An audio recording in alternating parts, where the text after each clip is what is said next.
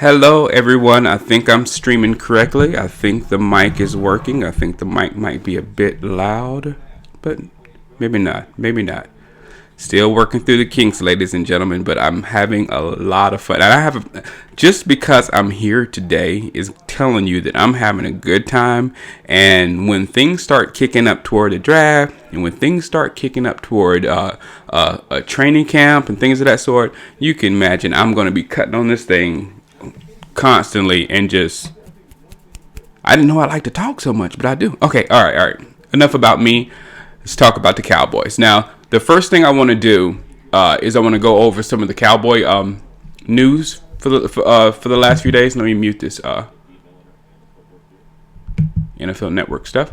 Okay, I was going through all the Cowboy news like I do normally, and I saw a couple of articles on where was it? I think it was the DFW, Dallas Morning News. But it tells you why this organization is like it is. I mean, and it's about the Romo contract. So no, a lot of people.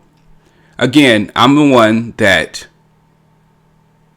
am not a Romo apologist. I furthest from that. People know that I hold Romo completely accountable for everything. However, he is a very good quarterback. A very good quarterback in a messed up organization. In a very messed up organization. And this article, Rayner, no, let me go to the first one. Let me go to the other one first. Let me go to the one by Reasons Mounting Why Extension for Romo Makes Sense. All right. Where is it? Where did it go? I just read the story. Now I need subscriber access. What happened? Well, I do have the quote here that I got from the article, and I will work on getting access on this computer. I have access on this computer. Wow. All right. Stephen Jones said, "We believe he is the guy going forward first and foremost. We just believe we can win a championship with him." Sounds good. That sounds good on the front. Yeah, because I believe we can win a championship with Tony Romo. I mean, I do. If everything falls in line and everything, yeah, I believe we can win a championship with Tony Romo. I believe if Tony Romo goes to another team, that if he goes to the right situation, he can win a championship. I mean, that's no problem. The problem I have with that statement is we just believe we can win a championship with him. I forgot to tweet this out. Let me tweet this out really, really quickly so everybody can hear this.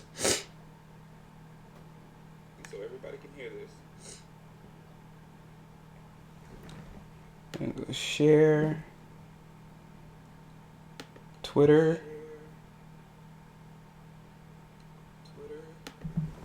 Shango is live.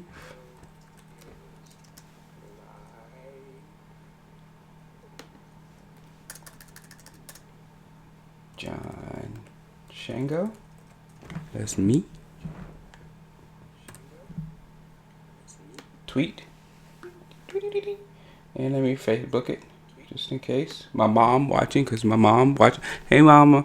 She watches on Facebook. Hey, mama. She watches on Facebook.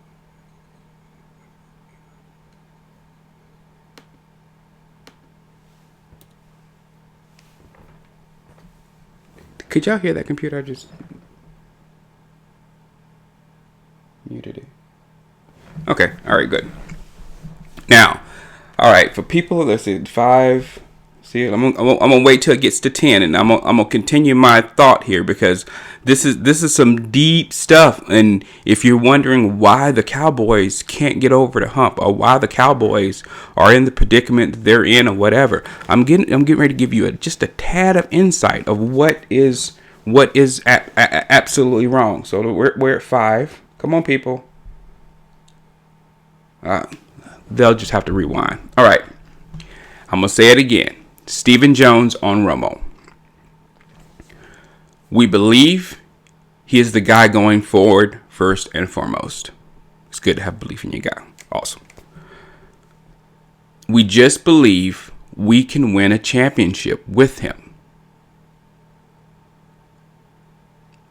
And again, everything there sounds good and it looks good surfacely. I mean, you're supposed to believe in your guy, and you're supposed to believe that you can win a championship with him, or why do you have him? Clear as day. And like I said, I believe that if the stars align and if everything worked right, Tony Romo can win a championship. I have no problem believing that and saying that. Tony Romo could leave this team and go to a Kansas City or San Francisco. No, San Francisco's good there, but a team that needs a quarterback that's really sound, and he possibly could get a Super Bowl there. You know what I'm saying? That's not the question. That's not the question. That's not the issue I'm having with this. The issue I'm having, we just believe we can win a championship with them. And if you listen to me before, I've said it over and over and over. We are gearing ourselves to win a championship. We're retooling ourselves every year to try to win one. There's nothing there, and there's nothing that comes from this organization that makes you believe that they're trying to build a solid organization that can produce championships year after year after year. The focus is to have these stars and just believe in the stars. But we all know this is a team game. This is extreme team game. You need everybody to be able to win. So to put just because you got Romo, just because you have Romo, and just because you have DeMarcus Ware, some of the one of the top pass rushers in history, just because you have these stars doesn't mean you're going to go to the Super Bowl or win championships every year unless you have a solid foundation around them. The triplets had it. The triplets did not put the entire team on their back and carry them to the Super Bowl every year. Everybody did their jobs. From the offensive line all the way down to Alvin Harper. They did the jobs.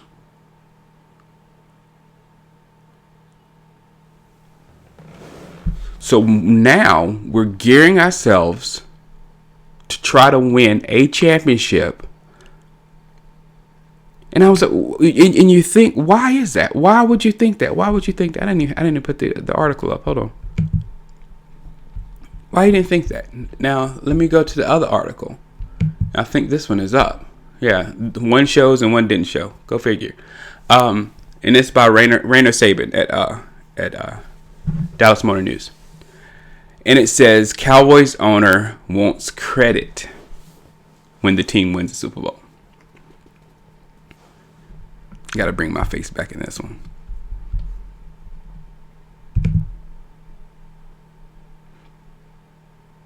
Jerry Jones wants credit if and when the team wins the Super Bowl. Now, the quote, because I saw this. I think I was on the one of the boards. I can't remember which one it was. I think it was Zone. And I saw, people talking about, this, Jerry Jones said he wants credit. And, a lot of people saying it was taken out of context. And I gave him the benefit of the doubt because I said, yeah, they'll take some stuff out of context and make it seem like it's just this most ridiculous comment or whatever. But I looked at the comment, and it says right here, I would grant you the decisions that have been made over the years have not produced a Super Bowl, 2 Super Bowls, or 3 Super Bowls that I would like to have been a part of, he said Saturday. And the only thing I'm going to do there is keep trying and make sure I get credit when we do get that one. That one, again, that one.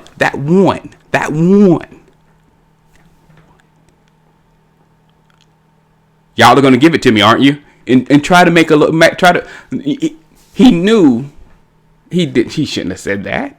He knew he shouldn't have said that. And he tried to follow it up, trying to make a joke out of it. Y'all gonna give me credit, aren't you? And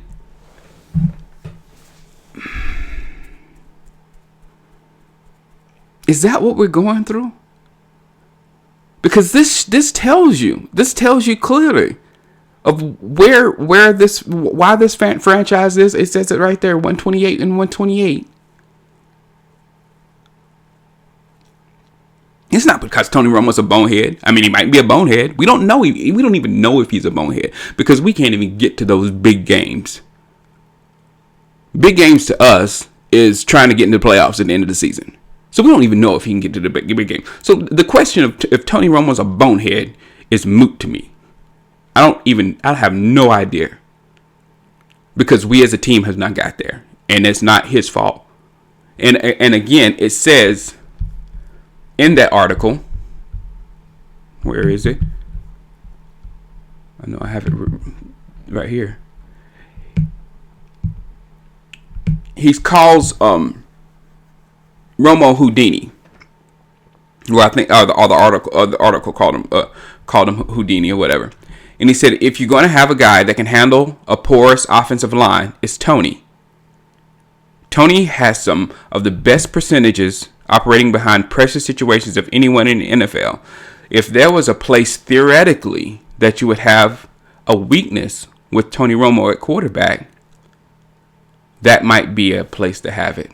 You just can't have it all. Well, I tell you what, Jerry Jones, you're absolutely correct. Let me make myself big so I can say this clearly. You're absolutely correct. You cannot have it all. But I tell you what you do have. You do have an offense and defensive line. Because when you have that, it makes things work. If you have the most beautifully designed plays, the most talented players, the rocket arm quarterback, receiver that can catch with his fingertips, you can have all that glitz and glamour. But if the play gets blown up by a defensive tackle in the first 3 seconds, it's no good. It's no good. So just because we have a quarterback with Tony Romo's skill set, it makes them think that we don't have to worry about that as much as we have to worry about something else. And these are the little things. If you want to look at what's wrong with the Dallas Cowboys, look at stuff like this, because I've said over and over, and I'm coming away from the field. If I talk about a player, it's because they're really acting like a bonehead. So I don't do that, and I rarely talk about coaches that much because that's a tough game, and they're smarter than me. But the organization is where I've been focusing on lately, because that is where I'm seeing the major flaws, the major philosophical problems with focus and with what they're actually trying to build there. So I just had to get that out because I saw that, and I've been seeing it around the internet and everything, and I just had to tell you my views of it. Now let me check the chat and see who's there. Let's see. Ricky Ricardo said that's JJ for you. There's not many people in the chat today, I don't think. Let me refresh this and see if it's...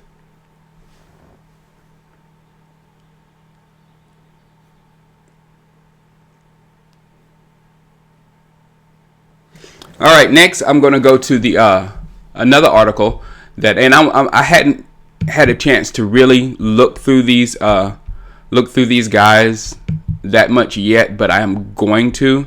But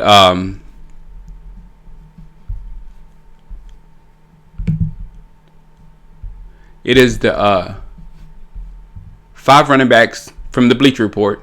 5 running backs the Dallas Cowboys may target in the 2013 draft. And I saw this was interesting because Felix, we can't pay. Felix is not coming back, so we're going to need a running back that can be a number 1 running back just in case DeMarco Murray isn't there. Just in case DeMarco Murray gets hurt or whatever. We need another one that can take the whole offense and make something happen with a porous offensive line and things of that. So, because DeMarco Murray, if you watch him run, he's learned how to make something out of nothing. If you look at that first touchdown, I remember the first touchdown versus the Giants last year. He crouched and he got behind the whole crowd, and he does that every once in a while. He'll shoot off to the side. I mean, he'll draw everybody in, and then he'll take off to the side and create his own blocking, create his own shield and things of that sort. So we need another running back that can do something like that can make something happen. That doesn't need the big wide holes just to make something happen. So here we have first Stephen Taylor from Stanford. They said he's 5'9", 215 pounds, and he's a great all-around back. So I got to look into him. I think he's a good option. This guy right here, Bell, who's not that known, but he is a big guy. I mean, 6'1", 230 pounds. I would love to have him. He led the Big Ten in rushing with 1,700 yards. So he's a viable option. I need to look in him more. This guy, Christine Michael, you guys in Texas know a lot about him. 5'11", 220, and he's physical too. Physical with some strength to it. Next, I hated. I was all juiced up looking through these top 5. I was like, we can use him. We can use him. And then I got to Kenjon Barner from Oregon, and I was just reading. I was like, 5'9", 5 pound. He's a burner. He can take the ball and go. And this is perfect. He's perfect. Then I saw right here. Let me make it big so you can see it, because I don't think you can see it. It says right here, but his upside is huge, and so is his talent, which is undeniable. His 321-yard, 5-touchdown performance against Monty Kiffin's USC defense was ridiculous in nature, but what can he do? I did not like to read that, knowing that Monty Kiffin is our new defense coordinator and we're going against Chip Kelly and all that. I just didn't like hearing that. I didn't like it, but I do like Barner. I do think he's a very viable option at running back. And the number 1 person was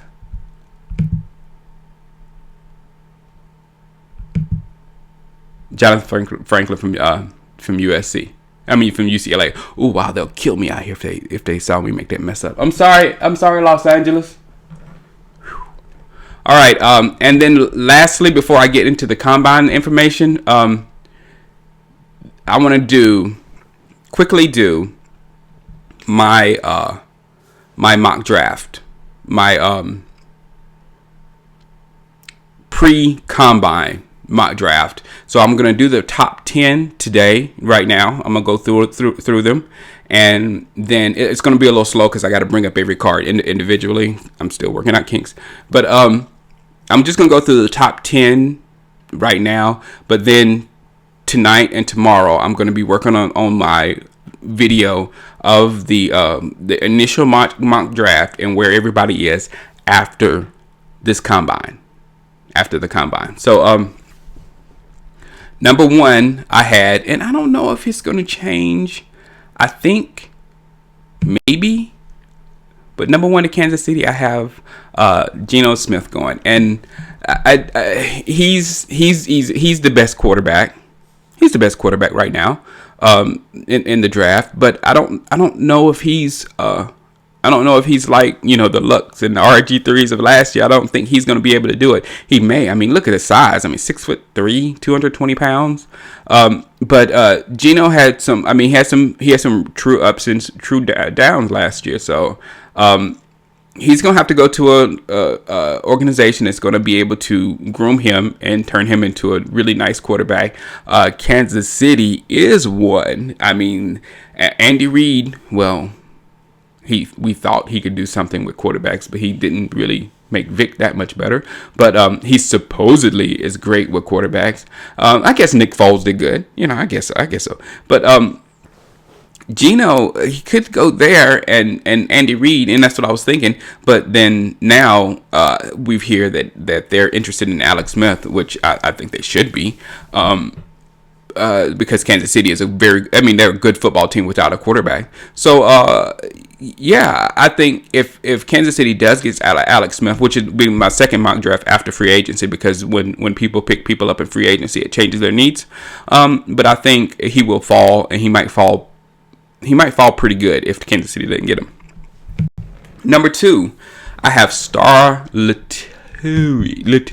You know what I'm talking about. He was up a lot early, but now he's not being talked about as heavily as he was before. So I'm thinking that who was it? Charlie Casserly? Was it Charlie Casserly? I think it was Charlie Casserly. They didn't even have him in the top 10.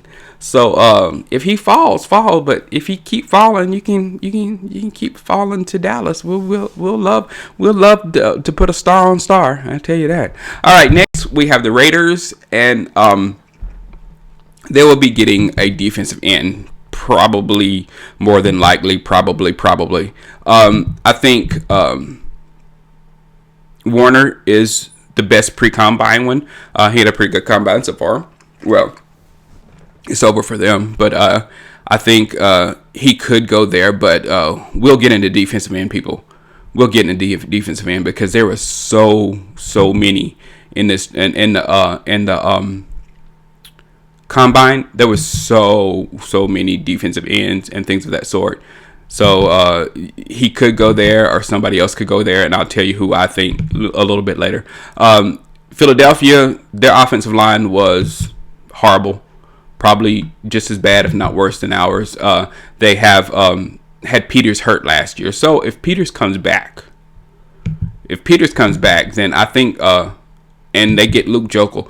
Or I can't pronounce. I'm going to mispronounce people's names like constantly, people. So do not get mad at me for mispronouncing names. But Luke and Peters beside on bookends for Philadelphia would be a nice building block for whatever future Chip Kelly has there. So that would be a brilliant pick for them. Next, Demontre Moore. What a combine! He did really well, so he may be one guy that may be moving up the draft a little bit. But these defensive ends, man, I mean, and he had a good combine, and I don't even really think that he was the best of all of them, so far. So, defensive end may move up,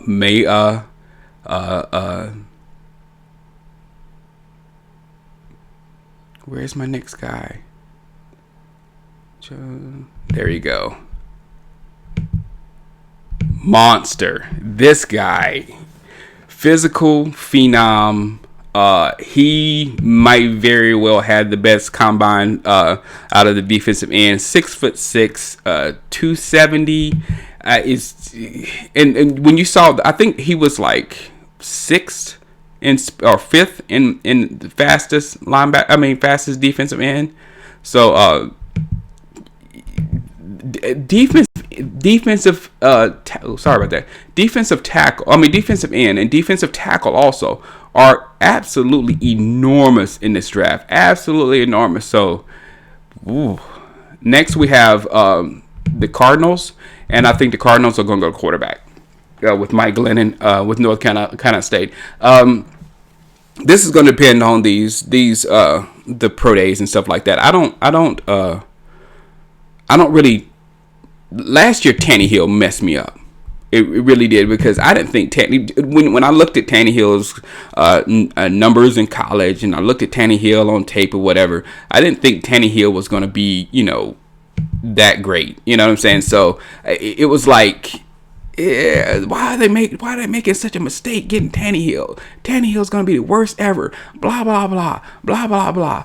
And then Tannehill, once a good coach got Tannehill, he looked really good last year. At times, he looked very good last year. So I don't know. It's going to depend on these scouts and them figuring out what he can do. Because if he goes to Arizona and they figure out how to use him, he could be a good quarterback. And the next pick, also, I've got another quarterback going.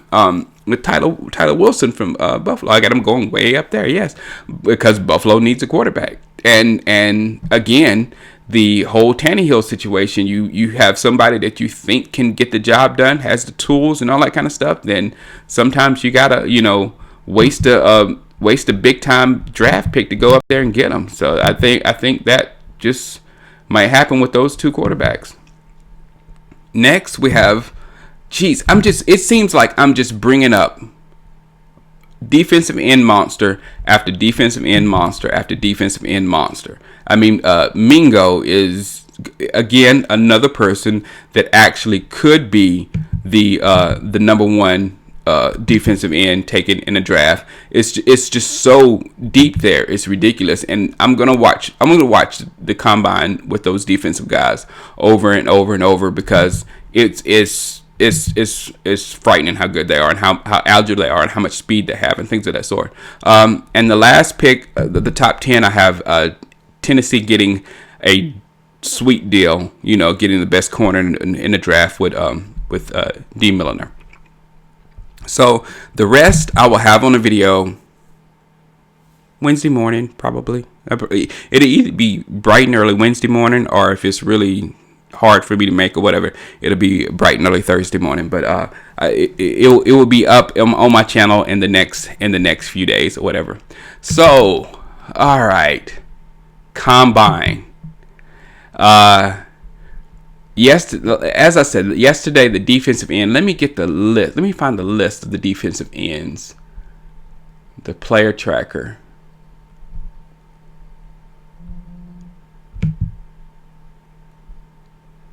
Participants. Results tracker.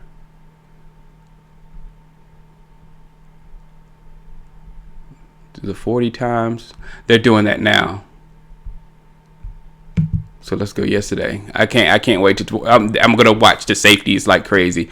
And I'll bring that information to you next week. But 40-yard dash. Zigianza, 4.63, crazy speed. Who else we have? I want you to this one guy. I really want. I hope they have video of him, because I really want you to see him. 4.64. This guy too, Michael Buchanan. I really like him. He's really a smart guy.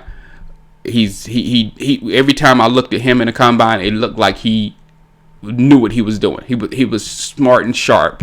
So I'm gonna keep my eye on him. Sharif Floyd. I gotta bring Sharif Floyd. I didn't have him in my initial top 10. Kind of because I'm hoping that he falls to us somehow. But I didn't have him in the top 10, Sharif. But Sharif looks great at the combine. You have to just go on NFL.com and watch some of the footage of him. He looks, for a big man, he looks like he can cover a lot of ground. He looks like he's strong. He looks like an athlete with size on him. You know what I'm saying? When he was running, you could see the athlete running, but with a big frame. So, geez, he's good. I don't see a situation where he'll fall all the way down to us, but I hope he does. Let's go down more. Try to find my guy. There he is.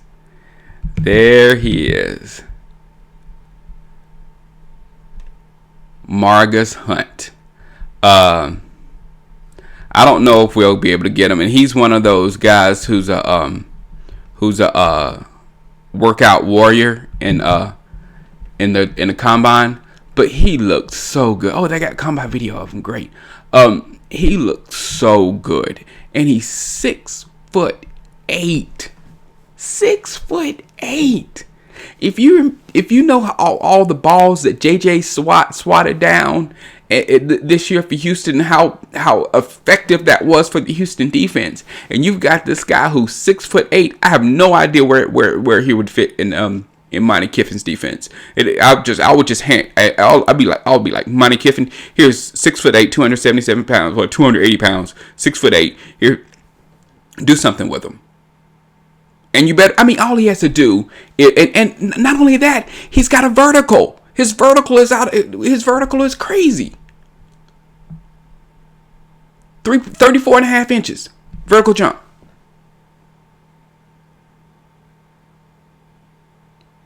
Wow. And I looked at him because I wanted to see how he moves. He has a longer upper body and he has shorter legs.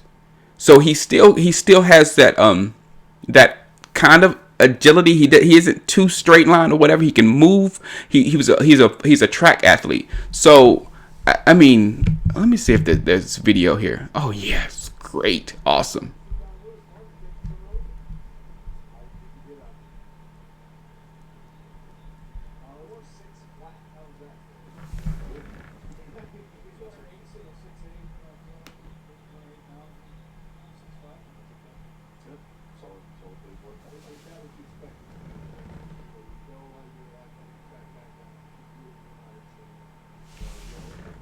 Here it is. Look at that. Look how big he is.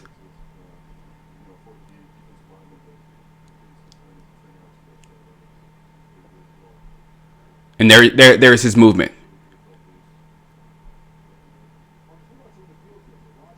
It's really fluid for a big man like that. Look at that. Up, back. And you see how he sprints to his drill. So it's like his motor is going. I like that guy. I really like that guy. Really. So those are my defensive linemen. Now there's one guy. A lot of you guys don't. Again, I'm different with linebacker. I think we need one more. I think we need at least one more, and maybe we have to get him with a third round pick or something like that, a third or something later on in the draft. But we have to score on a linebacker. But the one that really just blew my mind. Let me find him again. Tuesday results. Let's try it. I think he was the fastest 40 on Tuesday. Let me just go to top performers because I know he was the top performer. 40 time.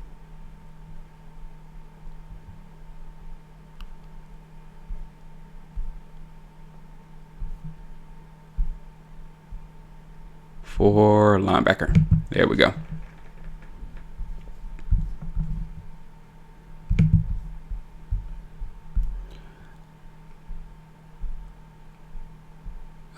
Results. I said update results. There we go. I said linebacker update results. Linebacker update results. Why are you not working?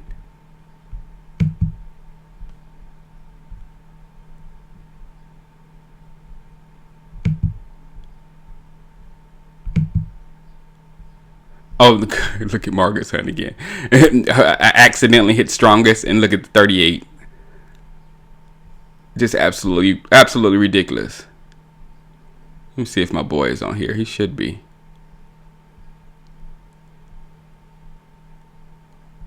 Now Davis, look at there. Look at here.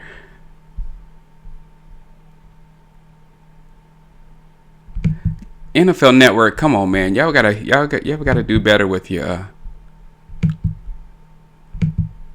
website here.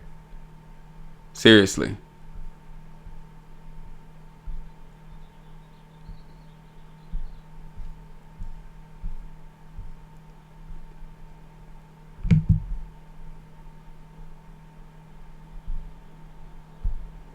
Workouts, I can't find them. Hey man.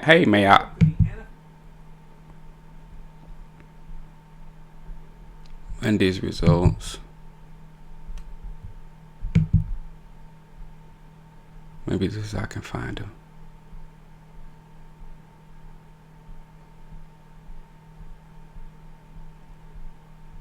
I'm looking for 4-4.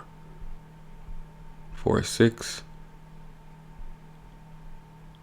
Corey Lemonier, he looked awesome too. Very good. Deion Jordan is absolutely special. He is special, and I didn't have him in my top 10 either. But he's another defensive lineman that could go really early in this draft. I mean, I think his issues will be, that shoulder, whatever. But when I saw him playing and going through, he looked absolutely special. So.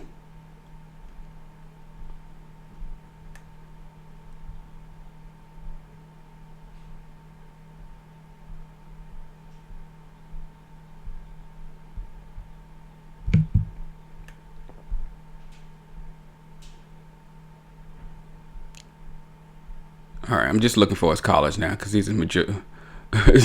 That worked. I stopped looking for his name and start looking for his college. Here's your boy.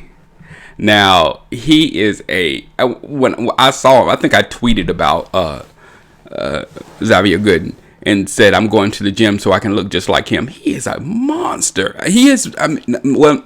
His size, as far as football, just like total size, as far as weight and stuff like that, is not as big.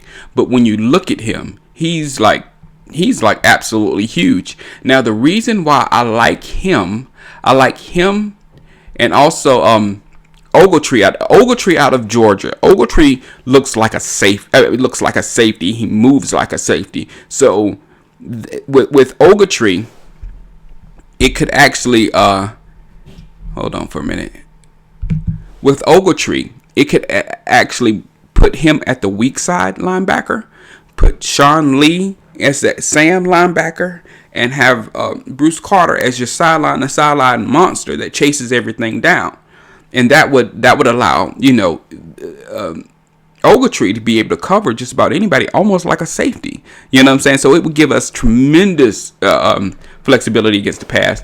And I think this guy, when he might not be he's not as good as Ogletree, and Ogletree probably won't make it to us. It'll be too big of an investment for us to spend that kind of pick on Ogletree. But Gooden he's like Bruce Carter, physical freak. So we'll have two physical freaks back there, and Sean Lee. I love that. I love that possibility. So I'm gonna get in this draft, and I'm gonna probably be in this one worse than anyone ever, just because this is a very important draft for the Dallas Cowboys. Very important draft. We have to get some real studs in for this football team, and we need some people that's gonna fill some holes and produce almost immediately. Because that's what, if you listen to the beginning of the show, that's how we're built to win. Win one now. So, all right, I will see you Wednesday with my mock draft video, and then again next Monday. This will be every Monday, 9 a.m. Central Time.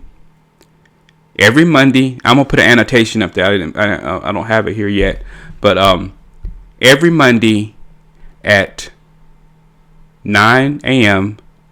Central Time. 9 a.m. Central Time. I will be on Talking Cowboys. All right, guys. I love this. I like doing this. I really do. As soon as I get out, let's straight. It's gonna be cool. All right. Holla at you. Peace.